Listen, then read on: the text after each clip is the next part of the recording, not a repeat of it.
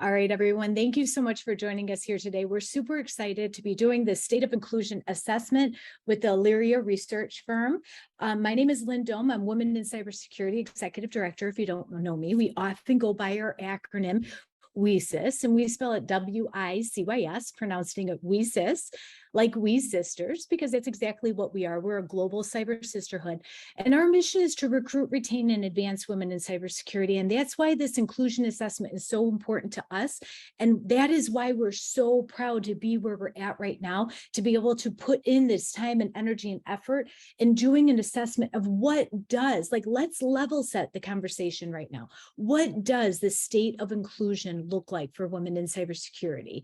And it's important, and I appreciate all your time and attention joining us here, participating in it, because we couldn't do this, develop a baseline report without your contributions. So we need to understand what are these shared experiences that make people feel excluded, because these things add up, and it might lead and lend itself to women potentially stepping out of their cybersecurity careers or avoiding advancement opportunities because of different areas that are of concern here.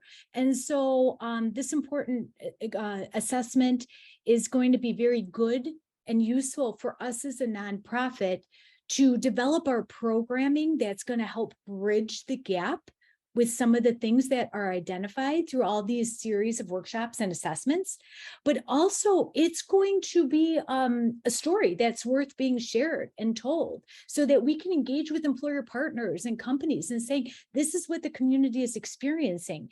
And perhaps this retention issue is a significant, critical, important, and valuable conversation that we need to help you extend it even further within your company or within your organization. So for all that to get started, for us to build programs, for us to have these different employer type of engagement activities, this baseline report is absolutely crucial for us. So thank you for your time and attention. It's lovely seeing so many people joining us here. This is the second workshop of these different types of workshops that we have set up this week and through next week. We encourage you to have your colleagues participate, your cybersecurity professionals, people within the organizations, the professional associations that you belong to. We added additional dates to next week, so you could check that out on our website. And with that, I don't want to hold this up any further, but I'll pass the mic on over to the Aleria team, and they'll take it away from there. Thank you so much, Lynn. And we just want to echo exactly what she said. We are so excited to be doing this today. This is workshop number 2 out of 6, as Lynn shared, and we are so grateful that you all are here today. Thank you for sharing where you're from. We are here to talk about, or rather to get your participation in the State of Inclusion in Cybersecurity study, to put together this first of its kind report. My name is Arshia Malik. My pronouns are she, her. I am dialing in from Brooklyn, New York, just to also share where I'm coming in from. I'm one of the co-founders of Aleria. I'm joined here by my colleague and co-founder, Paolo Gariano, who will be speaking in just a couple of moments. He is our chief scientist. And then Lisa Russell is our other co-founder and our CEO, and who's very well aware of everything that we're doing here today. And so at Aleria, what do we actually do? Why are we doing this? Well, our focus is inclusion and measuring it. So we measure inclusion and pinpoint where organizations can focus to drive greater employee satisfaction, diversity, inclusion, and ultimately greater business performance. We're looking to understand people's experiences, help decision makers make the right decisions, and ultimately give you all, people like you, people like all of us, a voice to share anonymously and safely what's going on in our work lives. So again, our goal, we're going to develop this benchmark report. Over the next couple of weeks, we are collecting data anonymously and safely in ways that you will find out very soon from folks like yourself throughout the cybersecurity industry to understand what's going on, what are the hurdles, what are the challenges, and help move the industry forward. So thank you again for being part of this work with us. A couple of quick administrative notes as we get started. Paulo is about to start talking in just a moment, and he'll be talking through our approach, why we're focusing on inclusion, what it will mean to participate, and walk you through the exercise of participating. And you'll mostly see his video and audio, but please interact with us and engage with us. You all have the ability to share thoughts or ideas or questions through the Q&A and the chat. The chat function is there. You've all mostly been using it to share where you're dialing in from. Feel free to throw more things in there. I'll be kind of monitoring it. You can toggle as well to make sure that you're sharing chats directly with just the hosts and panelists. That's myself and Paulo and Lynn, although I will be demoting you, Lynn, in just a moment to a regular audience member. For anonymity's sake. And then you can also, of course, share chats with everyone. Please use the Q&A function for questions and we'll answer them as we go, or say share answers after in the Q&A section of the talk today. And so, yeah, with that, I want to hand it over to Paulo. The captions are on. If folks don't know, you can just go down to the bottom of your screen and turn them on. They are enabled. And if there's any other questions, meet me in the chat. And with that, I will hand it over to Paulo. Thank you all again for being here. Thank you, Arshia. Thank you, Lynn. There was somebody in the Q&A that was asking about not being able to get into the chat. Not sure what that's about, but hopefully we can get that fixed. But in the meantime, I want to go ahead and get started with some of the content for today's presentation. And again, I'm really grateful to WiCyS for working with us on this incredibly exciting project, and to my co-founders and everybody else on the teams. It's been really, really quite a pleasure. This is, as Lynn mentioned, the second of 6 workshops. All the workshops are identical in content, and so if you have some colleagues or friends and you think that this is interesting, please let them know and point them to the page on the WiCyS website so that they can sign up for one of the future workshops. And before I dive into the actual substantive content, I like to always take a minute and address kind of what I call the white elephant in the room. And that is specifically, what is a white guy, male, cisgender, heterosexual, fully privileged person like me doing talking about diversity, equity, and inclusion? I hope that some of them will become clear throughout the presentation, but just to give you an idea, diversity and inclusion is something that I first became interested in or aware of in my early teens when I first came to this country from Italy. And after that, it's something that also followed me my entire life and something that I was really interested in until about 7 years ago when I had a light bulb moment when I realized that a lot of the work that I've been doing in analytics, artificial intelligence, and things of that sort could potentially be applied to address some challenging issues in diversity, equity, and inclusion. So I saw an opportunity to bring together my personal passion with my professional experience. And for the last 6 to 7 years, it's been a phenomenal experience. It's been wonderful working with Arshia and Lisa and some other people. And I hope that you will appreciate some of the work that, even though I am not in a position, I've never experienced a lot of the kinds of experiences that many of you will be sharing anonymously or that you've experienced. But I try to surround myself with people like Arshia and Lisa and Lynn, and hopefully you will appreciate some of the work that we're doing together. So with that, what are we going to be talking about today? Well, hopefully one of the reasons for being here, and the main reason, as Lynn pointed out, is really we need information from you. We need data that confidentially that we can share to help put together this very, very important benchmark for the field of cybersecurity. But as part of the process, as part of the journey, we hope that you will learn to see diversity, equity, and inclusion from a different perspective than the one that you may be accustomed to. And in particular, we're going to be focusing on that link between individual experiences and organization level outcomes. That's really the strength of the scientific, why I'm the chief scientist, is because I'm very intrigued by that link between those two things. And as we journey through this presentation, you will learn why we believe that inclusion is invisible, how that's impacted the way people think about inclusion, and how it can actually be measured. We're going to take part in an interactive activity where we'll actually measure inclusion. The data that we collect with you today will actually be part of the data that's going to make the initial baseline for this WiCyS state of inclusion of women in cybersecurity report. So we hope you will be participating. We ask you to be engaged. We ask you to be very respectful in your conversations if you're sharing things in the chat. And we hope that you enjoy it. You will get a little bit of a peek at some data, and we will leave some time for Q&A and discussion toward the end.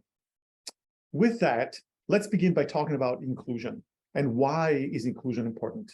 Well, we find that working in the space of diversity and inclusion, or diversity, equity, and inclusion, most people that come to us want to answer the following question. How do diversity, equity, and inclusion, or DEI, influence performance? And this is something that really is at the top of everybody's mind. And there is a lot of data suggesting that at the macroscopic level, having more diverse organizations tends to correlate with more highly performing organizations, whether it's board diversity or executive diversity or employee diversity. However, in spite of this knowledge that has been around for decades, progress has been very elusive. There is a great book by Pamela Newkirk of NYU from 2019 in which she did a longitudinal analysis of data on diversity since civil rights in the 1960s and found that really things have not changed very much, which is quite discouraging. We believe that a significant reason for that problem is what we call the DEI disconnect. In particular, although people talk about diversity and inclusion or diversity, equity, and inclusion, recently we also hear terms like belonging, justice, access. The fact remains that the vast majority of studies and the vast majority of initiatives are focused primarily on diversity. And to be more specific, they're focused on representation, on counting people, putting them in buckets, and figuring out how many we have. Now, why is it? Why do people focus primarily on diversity? We think that a lot of it is because diversity is fairly easy to define and it's fairly easy to measure. You ask people to self-report identity traits, and then you tally them up and you say, we have this many of this and this many of that, and you write your annual reports. And when it comes to things like inclusion and belonging and equity, those terms are even hard to define, and there are many definitions, most of which are very qualitative in nature. For instance, one of the most common definitions of inclusion, which was given by Vernee Myers at Netflix, is that diversity is being invited to the party, but inclusion is being asked to dance. It's a wonderful analogy that really gives you a sense of what it means. But practically speaking, unless you're running a party company, it's not going to be very helpful in letting you understand what you should be doing in your organization or how your experience as an individual may impact the organization as a whole. We believe that diversity by itself, even though it's easier to measure, is not sufficient. And to give you a sense of the case for that, I'm going to give you a very simple thought experiment. Imagine that you have a company, and the company starts out being very homogeneous. And I could wave a magic wand and change the identities of some of the people in the organization. Maybe I'll add that token person of color, like the company in your upper right. Maybe I will actually add people from different backgrounds, but only at the entry levels, like the company that you see in the lower left part of your screen. Or maybe I will make a company that is truly diverse. But if I ask you, how will changing the diversity of your company impact the performance of your organization? How is that going to be answered? Well, we simply do not know. Why do we not know that? We don't know that because although we may have correlation data at the high level for organizations, we don't have any tools that can help us to figure out the impact of diversifying what I would describe here as our human assets. And I use this terminology specifically to contrast how we treat the people in organizations compared to how we treat other kinds of assets.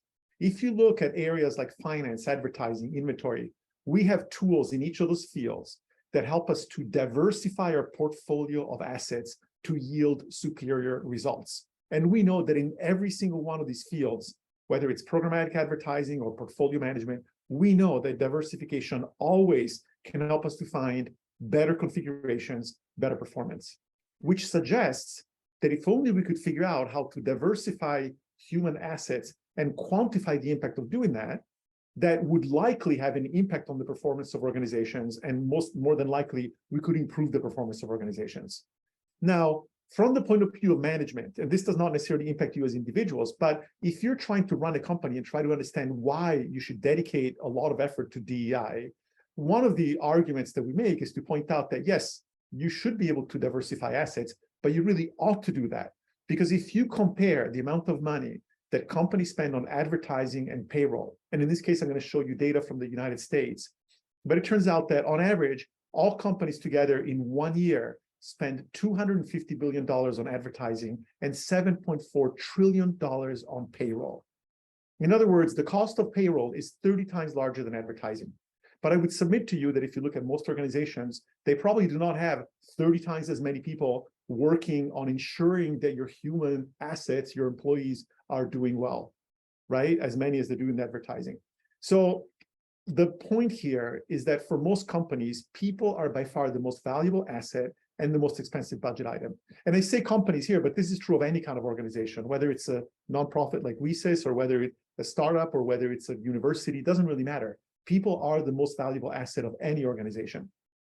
Understanding the impact of how you could diversify these assets to get better performance would be crucial to the success of any organization. So people really should be paying attention. Now, the problem with diversity and the problem with the focus only on diversity is that it is not sufficient in and of itself. Diversity is great, but as I will show you in a very simple thought experiment, it's not enough.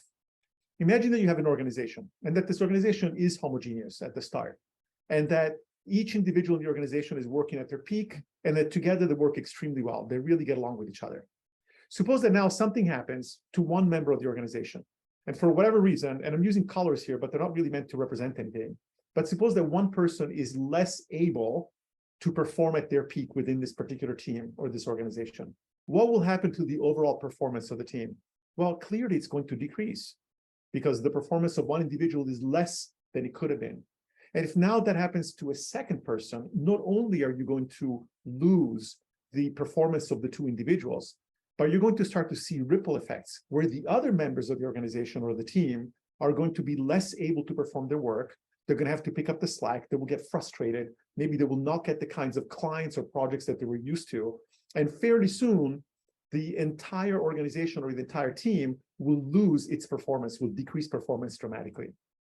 The punchline of this is that in general, regardless of any kind of identity traits or the colors that I'm representing here, there is a message that anything that an organization does that makes any employee feel excluded because of personal traits will impact the entire organization adversely.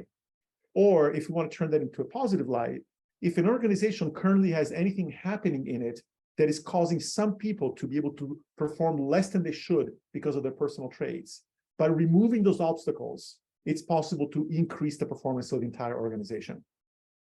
That should not be surprising because even though we talk about companies or organizations or academic institutions, it's not the building. It's not as if the building says, oh, there are some women coming, quick, close the doors. The company or the organization are nothing than the collection of all the individuals that make them up. So what that means is that what each individual is doing within the organization is impacting everybody else. And inclusion in this context is about what people do within the organization. And in fact, I want to emphasize that the key about inclusion is that inclusion impacts people, impacts individuals. You all have experienced inclusion, and the inclusion is at the heart of being satisfied.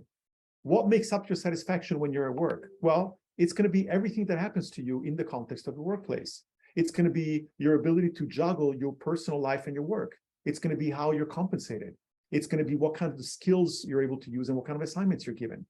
And the key is that to the extent that different people have different experiences because of their personal characteristics, that will translate into unequal levels of satisfaction. And that's profound because it actually impacts everybody's, as we indicated in the previous example, it will impact your performance. And your satisfaction also impacts your ability to stay with a company or your desire to stay in an organization. So if you think of inclusion as being essentially one of the manifestations of satisfaction, or one of the things that impacts your satisfaction, then we can see that inclusion really permeates every aspect of the organization. And you should think of inclusion as being all of the things that happen to individuals within an organization as they go about their day-to-day activities. Now, this is, I think, fairly intuitive about what happens to individual people. And again, many of you have had experiences that I'm sure you can share, and hopefully you will share with us, of different ways in which inclusion has impacted you in each of these kinds of areas. But the point that we often talk about is that it's crucial for leaders of organizations to understand why this is so impactful for them as well. And I want to tell you a little bit about how inclusion actually impacts everything in the success of an organization, from your ability to recruit, your ability to retain, your ability to have a productive team, your ability to have a great reputation with your clients, with your stakeholders, even within the organization itself. And the key that ties back to the work that I spent many, many years doing before getting into the space is this ability to close the gap between individual experiences and organization level outcomes. And I'm going to give you an example that comes from some of the research that we've done in the past that shows you in a very generic sense how a lack of inclusion, specifically in the way that people are promoted, can manifest itself in a typical organization. So here's a typical organization. And in a moment, I'll start the animation. You'll actually see the simulation running. This organization has 4 layers of people, from entry level to management to VPs to executives. And there happen to be 2 kinds of people, yellow and blue. Interpret that as you will. What's going to happen in a moment is that when I start this button, you will see that some people, as the organization grows over time, some people get promoted, while some people turn gray and disappear. They're separating from the company. Either they're terminated or they quit. The punchline is that when you run the simulation using very simple assumptions of the way that a typical organization works, you will find that the balance between yellow and blue will always stay at roughly 50-50. There may be some slight variations because these are small numbers, but you can run hundreds of simulations and find that you stay balanced. Suppose that now we do something that is not inclusive toward one of those two groups. In particular, suppose that we introduce a bias in the promotion process. Normally in this simulation, when there is a vacancy at a level, we look at the level below, we look at the seniority of the people at the level below, we choose maybe the 15, 20% group of the most senior people, and we pluck one of them for promotion. This reflects the fact that we don't always know who's best for promotions, but we do know that that's typically correlated to seniority. Now what we're going to do is that we're going to give one of these two populations a slight advantage. So if you're blue, your probability of being promoted is slightly higher than somebody who has the same level of tenure that you do, but happens to be yellow. Let's see what happens in the simulation. So we start with a balanced organization. We now have one bias. It's the same bias throughout the organization. We let it run for the equivalent of 5 years. And lo and behold, look at what we get. We get a simulation where you have 78, 80% blue people at the top and only 20% yellow people, and then so on down. And at the bottom, paradoxically, even though we're hiring the same numbers, you actually have more yellow people because they're stuck there while the blue counterparts are being promoted more quickly. Now, this may look somewhat familiar to you. And it turns out that if it does, it's not surprising because this is actually very much what we see when we look at gender imbalance in organizations. And in fact, what that simulation in its very simplified format has shown you is an explanation of how inclusion, in this particular case, gender inclusion and how you promote people, influences diversity. And we matched the simulation to gender balance data or gender representation data from the McKinsey Lean-In studies. And we find that with a very, very simple set of assumptions, we can capture with a high degree of accuracy the kinds of imbalances that are seen in companies and organizations across a variety of industries, from engineering on the left to banking in the middle and retail on the right. In each of these charts, the leftmost set of bars is for entry level, then managers, VPs, and executives. The black bars are data, and the yellow bars are the simulation. So you can see that with that methodology, we can close that gap between the experiences that happen to individuals like yourself and what happens to the organization as a whole. When we're speaking to company leaders, it's important to have these kinds of information because it shows them the impact that it has for the company. They may not care about the actual diversity level. Maybe they do, maybe they don't. But what they will care about is that inclusion also impacts the top and bottom line. And we can quantify that because in our simulation, when these simulated women, the yellow people, are getting passed over, their average satisfaction will plummet. Because each time that somebody's junior to them is promoted, their satisfaction goes down a little bit, but it accumulates over time. What happens in a real company when a specific group of people is not being treated as well and is less satisfied than another? Well, their individual performance level will decline. The performance level of their teams, their departments, their divisions will decline. And then, of course, retention will plummet. And that's very expensive. It means that you're losing top line and bottom line because of the fact that you're not being inclusive. So really, to us, inclusion is crucial because it's important for individuals to make them be more welcome in an organization, but it also clearly impacts the organization as a whole. And that leads us to revisit our question. Rather than just asking how diversity impacts performance, as so many studies do, we believe that it is inclusion that actually drives both the performance of an organization and the diversity of an organization. And that simple little scientific experiment, the computer simulation that I just shared with you, is designed to do exactly that. It's designed to help us to close that gap and prove the importance of inclusion. However, it leads to a very interesting question. If in fact inclusion is so valuable, why aren't most companies measuring inclusion? Why are they just measuring diversity? And this goes back to what we said before, that defining diversity is very easy, but defining the inclusion in a quantitative way is not very easy. And this is where my colleagues and I had a significant breakthrough when we realized that part of the issue is that inclusion itself is invisible. I'm not sure whether you can read the word invisible, but it's made purposefully very light compared to the background. What do we mean by that? Well, we like to use an analogy with health. When Lynn introduced herself, or she introduced herself and I introduced myself today, we didn't say, oh, hi, I'm Paolo, I'm very healthy. But if you had seen me last year when I had a biking accident and I had a kind of a cast on my shoulder, you might have asked about it. Or if I had COVID, or if I was sneezing, we might talk about that. In other words, we do not notice when we're healthy, we notice when we are unhealthy. Inclusion is exactly the same way. We don't notice when we're being included, We notice when we're not being included. In other words, we notice when we're being excluded. And it turns out this has a profound implication for the role of inclusion within organizations.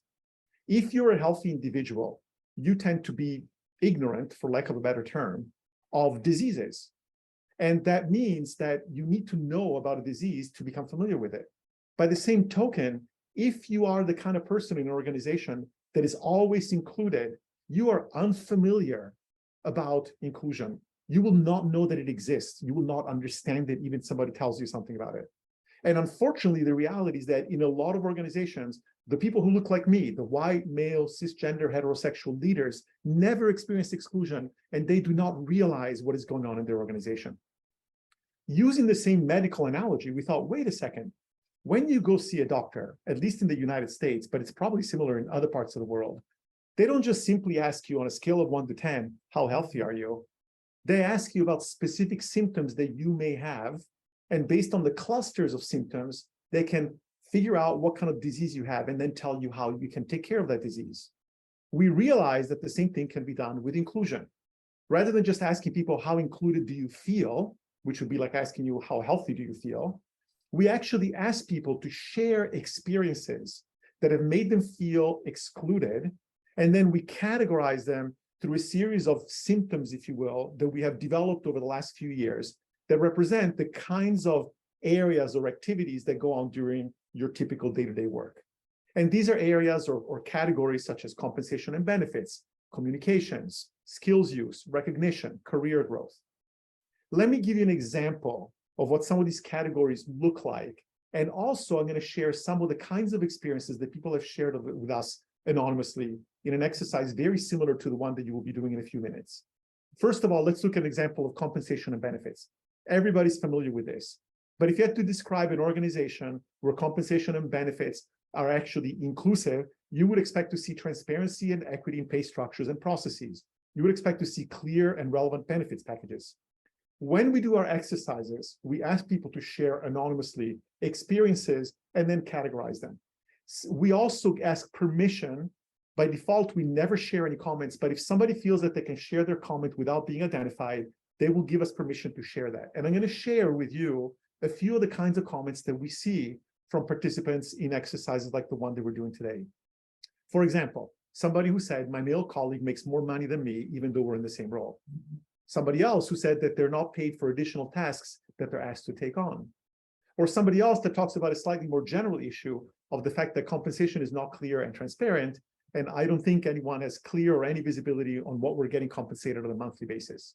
These are the kinds of things that relay individual experiences that represent a failure of inclusion, a lack of inclusion for individuals. And then we can look at areas like respect. A respectful organization would be one in which you do not experience offensive remarks or behaviors, or where you're not harassed and you're not subjected to microaggression. And you should be able to speak up without fear or of retaliation. Unfortunately, this is a category where we often see comments and problems with people that have unpleasant exclusive experience or exclusionary experiences. For example, people at my organization make inappropriate jokes about my age. Or for those of you in the United States, we have a federal holiday called Martin Luther King Day.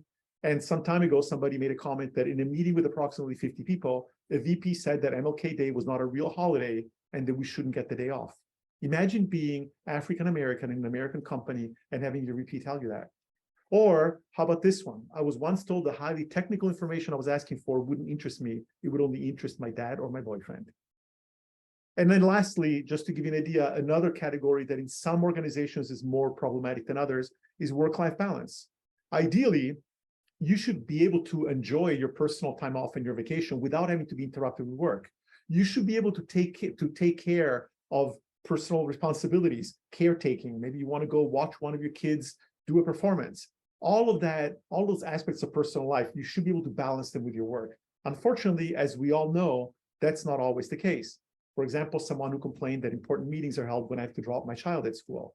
Or I was passed over for travel opportunities because I had young children at home, and it was assumed that I could not travel even though I was never asked. Or I don't feel that it is acceptable not to be reachable at some point, even when I'm on vacation. These are the kinds of experiences that people share and that we're going to ask you to share in our interactive activity in a couple of minutes. But before we dive in and walk you through the process of that, I want to point out one more thing. I mentioned earlier the fact that the company is made up of the people that are in it, and that it's about what people do to each other. These experiences do not happen in a vacuum. They do not happen because of the building. They happen because of something else. Well, what exactly causes people to have uncomfortable experiences? It's not culture. When people focus on culture of inclusion, it's a bit misguided because the culture of inclusion is something that you measure. It's not like a bird perched up somewhere that's going to come down and start having, attacking you or something. Instead, in most cases, experiences of exclusion result from people. So what we do when we do this exercise is to ask not only to tell us what category a particular experience might belong in, but also what was the source? Was it in fact some kind of a workplace policy? Was it something that your leadership said, like the gentleman that made the comment about MLK Day? Or was it maybe your direct managers, potentially your peers? In some cases, your own reports might be disrespectful to you. And if you have a lot of contact with external individuals like customers, partners, vendors, etc., you may have experiences of exclusion in your interactions with these other people.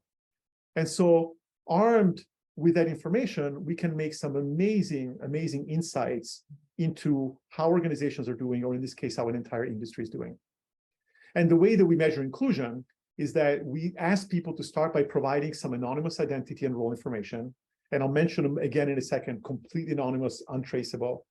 We ask people to describe a specific work experience that was unpleasant or uncomfortable or made them feel excluded. We ask them to choose one or more categories that fit the experience. And again, you'll see this more in a second as we walk through. And we'll ask to indicate the source of experience.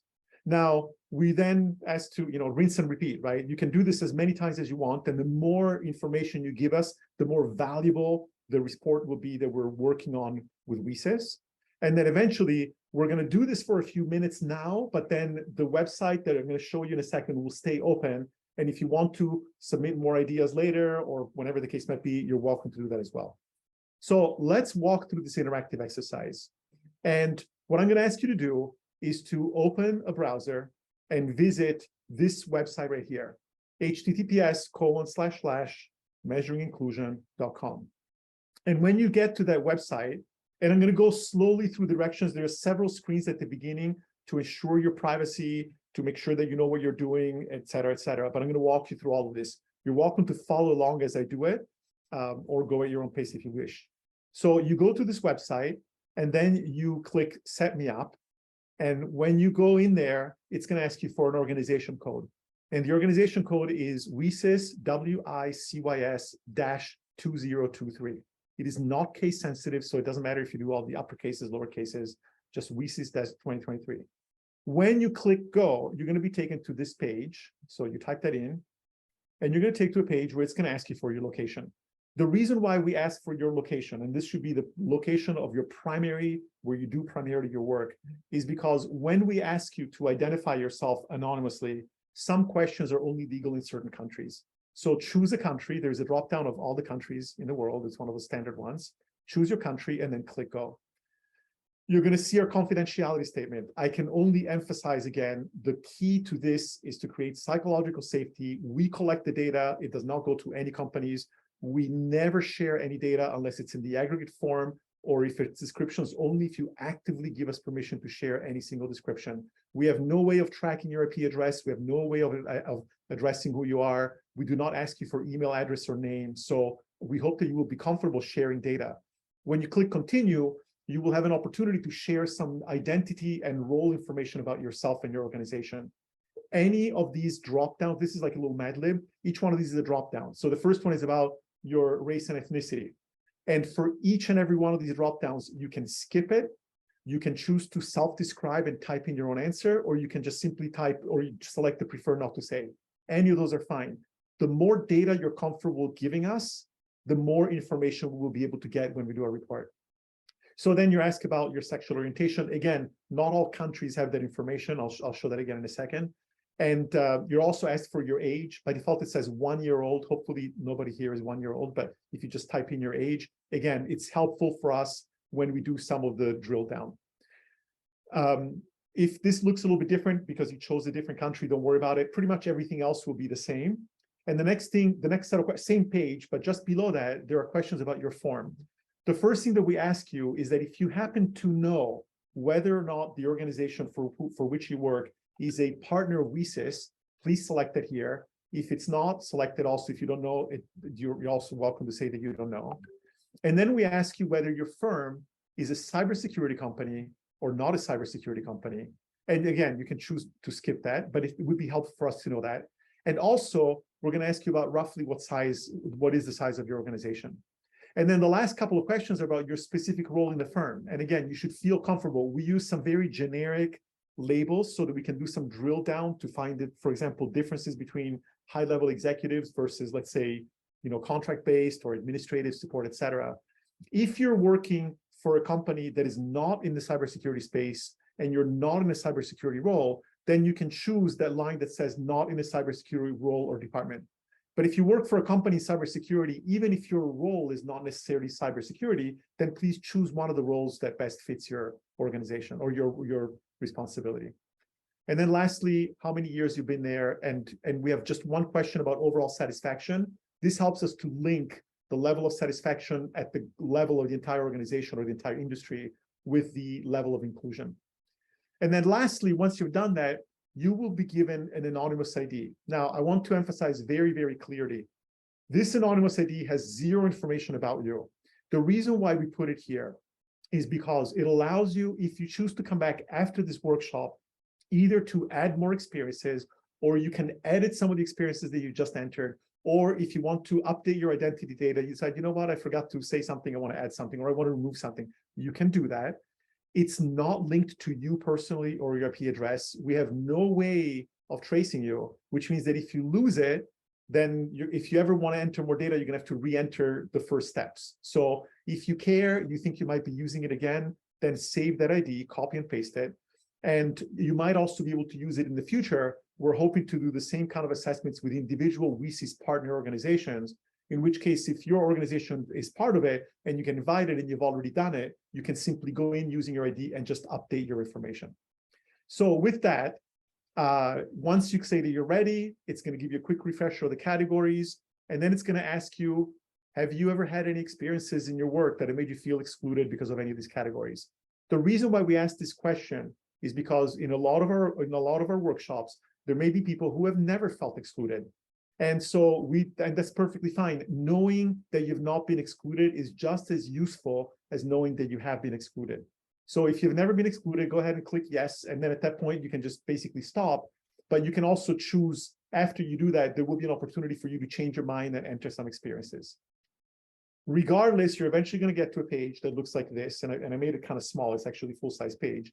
But it has a series of steps. The first thing that you do is you type in an experience that you had. Please try to make it specific. If you're finding yourself writing something really long or talking about multiple experiences, try to break them down into individual ones. Think of these as a little card and you can enter more than one. So for example, I found out that I'm paid less than my male colleague who's junior to me. The next thing that you do is you have to assign one or up to a maximum of 3 categories. When you click on any of the categories, it will change colors. So here, for example, I selected compensation and benefits. If you click more than 3, it will kind of remove the first one that you didn't. It will only keep the most recent 3. If you're finding yourself uncertain and you want to enter more than one category, it means that possibly the experience that you described was maybe multiple experiences, but there are some cases where it's certainly legitimate to have multiple categories, whatever you're comfortable with. Similarly with the sources, you can choose up to 3 sources. In this case, the person might say, oh, it was because of my direct manager that didn't give me the compensation that I deserved. There is an optional question that you don't have to answer, which is whether this is an experience that has happened more than once. Is it something that was just a one-off experience or is it more of a recurring event? And then lastly, I mentioned this earlier, by default, unless you click yes on this little box, we will never use anything that you write in any report, in any internal conversations, in any PowerPoints. But if you feel that it's something that you're okay sharing, like the ones that we showed you, that wouldn't necessarily impute anyone or point the finger at anyone, then we would be very grateful if you would include that, because when we generate our reports, we can say examples of the kinds of experiences that people have to open the eyes of those that are not familiar with them. So with that, You've entered a response. It will pop at the bottom of the screen. You can edit, as you can see down below, you can edit it. You can choose to remove it if you change your mind. You can click the plus sign to add more. What we would love for you to do is to spend the next 10 minutes or so, maybe let's make it 10 minutes actually. We have quite a bit of time. So take the next 10 minutes, submit as many of the experiences as you can. Make sure that your submissions are specific. If you have any questions, I'm going to go ahead and mute myself. My colleagues are also muted. But if you have any questions, you can pop immediately into the Q&A or the chat, and we will try to answer them. And then in 10 minutes, we're going to come back and we're going to give you a quick glimpse at the kind of data that we can gather from this. And then we'll wrap up and have time for Q&A. So Paula, really yeah. quickly, there's a few questions about the same thing, and I want to make sure that we have this for the recording for others as well, because they won't have the chat.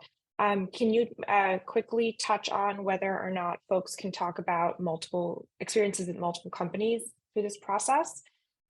More specifically, some people are not at the company they'd like to report on, but in my opinion, I was saying that if it's at least part of the cybersecurity industry and that was part of their experiences there, that's okay. But if they're at a current company they're sharing experiences about and also want to share experiences about a different company, how should they navigate that? So yes, in general, when we're working with individual companies, we typically ask to only relate experiences for their own company. In this case, because we're doing industry-wide, if there is a job that you had prior to your current position, which was also somehow related to cybersecurity, you're welcome to share those experiences as well. And ideally, most of them would be recent or things that have happened in your current position, but you're welcome to do that. And somebody was asking also about their page being blocked from their work computers. If you want to do this later from your personal computer, you're more than welcome to do that. All you need to do is write down the URL and the organization code. And so measuring inclusion, very easy. And then the WiCyS 2023. And I think one other question that often comes up for the recording, some people often ask, should I, if I've not experienced something, but have witnessed it, should I report it? We would prefer that you don't do that. We would prefer that you tell us about experiences that you have had rather than describing experiences that you've seen other people have. It's important that that whole discussion is incredibly important, but for the point of view of understanding what happens to people, it's a bit more useful when we actually have your own direct experiences. Arshia, is there anything that I'm missing that would be worth mentioning here or clarifying? No, I think that's good. I think the rest of the questions we'll just answer in the chat. And if there's anything else important, we'll make sure that's out loud. Yes, if you can't access it, you'll have the recording as well for reference down the road. You'll be able to use them on your personal computer. I'm seeing a couple of tech issues down here. I will handle them. Let's give you all some quiet and we'll see you in the chat. I just want to answer this most recent question out loud. Anytime you have any experiences that you have that made you feel excluded, uncomfortable, marginalized in some way or the other, regardless of what your thought is around why that may have happened, should be shared here. So you don't need to share experiences that only you feel have to do with your gender. The point is more that we just hear experiences from you around what's made you feel that way. We let the data tell us that story, which is one of the really powerful things of what we're doing here is the data tells us, oh, people who identify as women, for example, report more of X or Y. And Paulo's about to share some of that information about what we're seeing. So just in terms of Aaron's most recent question, any experiences that make you feel excluded, share them regardless of where you think they may be coming from or why you think they may be happening. Thank you for that. That's a brilliant question and a good segue into jumping in. The data is very powerful because a lot of times you may not realize that you're being excluded. A lot of times these are experiences. Imagine somebody saying, I've been asking my IT department for 6 months to get me a new computer and they've not done that.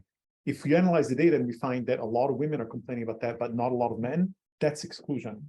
But to you, you may not know that has anything to do with your gender. Or conversely, sometimes you may think that something has to do with your gender, but maybe you'll find that company-wide that's not necessarily the issue. So that's why we think that collecting this kind of data is so powerful. And I'm going to show you just super briefly the kinds of things that we can share with people. And these are meant to be more for the leaders and to help the industry understand where it's going. Not necessarily will not necessarily be news to you as individuals, although sometimes people also find things that confirm what a lot of times is suspected. For instance, we find when we look at categories. And this is a very large data set that we use from a collection of companies. In this particular case, it was actually corporations. It was US and UK based corporations in this particular case. But we find that respect is the category that is most often cited as being an area where people feel excluded. Access and participation being the second one. It varies from company to company, and the ratios, if you will, vary. But the point is that you can help to begin to pinpoint not only the categories, but also the sources. So for example, we find that in general, it's people, not policies, that are the primary sources of experiences of exclusion. In this particular data set, you can see that leadership was ranked at the top, followed by direct management and peers. Those three buckets, depending on the company, the industry, the organization type, et cetera, will sometimes flip. And sometimes we will see that direct manager might be the primary issue. And then, of course, you can drill down. For example, here we did a very simple drill down by organization type. Is it a startup, a nonprofit, a corporation? But we can also drill down by any of those dimensions that we ask you about at the beginning. So gender identity, sexual orientation, race and ethnicity, whether or not you have a disability, and so on and so forth. Which is why it's so important that you provide some of the data, because in a completely anonymous way, we can do this on the aggregate level. So let's wrap up and leave a few minutes for questions. What did we learn? Well, hopefully, in addition to contributing to this incredibly important project, you learned about a different way to think about diversity and inclusion, one in which inclusion really takes the driver's seat, quite literally, in driving both performance and diversity for organizations. We also hope that you appreciate this notion that inclusion is invisible, but that we can measure exclusion. And that's where it's so important, because we can link it to your individual experiences and tie those to the well-being of the entire organization. And measure inclusion is a critical ingredient for driving meaningful and lasting change that needs to be added to our arsenal. Instead of just measuring diversity, we need to learn to measure inclusion as well. And there are many benefits. I don't want to go through a lot of detail, but diversity is kind of a lagging measure. It takes a long time for the diversity of an organization to change, whereas inclusion is something that you can measure literally in real time. Get a sense of where your organization is right now, make a change, watch the change happen. Diversity focuses on differences, whereas inclusion focuses on shared experiences. And instead of placing people into buckets, we're placing experiences into buckets, which really completely changes the tone of the conversation. Also, instead of worrying about fragmented efforts, like, well, should I be supporting the Pride Parade, or should I be supporting people with disabilities? Should I be supporting something about people of color? You can actually apply this to everyone. You can actually benefit everybody in the organization. And in doing so, you're reducing that kind of zero-sum game mindset that unfortunately is so common in a lot of organizations, where somebody feels that because you're benefiting women, it's to the detriment of men. Because you're benefiting people of color, it's to the detriment of white people. Instead, by focusing on inclusion, you can show how you can grow the pie for everyone. Because ultimately, one of the things that we learned through our work about inclusion is that people talk about the rising tide lifting all boats. But it turns out that in the context of diversity, equity, and inclusion, with inclusion, it's not the same thing. Imagine inclusion being represented this way, where your level of enjoyment or success in an organization is sustained by barriers, by institutional, structural, systemic barriers that keep these differences between groups. When you are being more inclusive, what you're doing is you're raining down on this whole landscape, and you're actually making things better for everyone. But by default, if you create a more inclusive organization, you're actually going to be helping most the people that are the most excluded. So you lift the boats that need it most. So with that, we're going to leave a few minutes. I'm sorry it's not a lot of time, but we're happy to stay slightly past 1 p.m. Eastern for anybody that wants to chat. We're going to leave up here some email addresses. If you want to speak with WiCyS, if your organization is interested in joining and being part of the second phase of this project where partner firms will participate, please, by all means, reach out to WiCyS. If you want to reach out to Arshia or myself, here's our email addresses as well. And otherwise, we would love to hear some questions. And I've not really been looking at the Q&A, but let's take some time to answer any questions that may still be in the chat or Q&A. I see some good feedback. Thank you. Yeah. Yeah, in general, we're in a good place with questions. Again, I know quite a number of folks have already dropped off, and so thank you again. This recording will be shared afterwards in a few days or so, so that not only can you share it with other folks in the industry that may not be able to attend one of these if they don't already know about it and are not already getting it, but you can use this as a reference as you go back to share more experiences or think about your experiences, want to get a refresh on some of the really cool data and insights that we shared earlier. I know there was some folks that were excited to get some of that really valuable information. So that's something that you all will have access to as a resource as well. Excellent. I'm Well, gonna stop real the recording. grateful, very, very grateful for all of your time. Thank you so much. And again, feel free to reach out with any questions, and we look forward to releasing some of the results and discussing this more and hoping to engage in a meaningful conversation with WiCyS and the rest of the industry.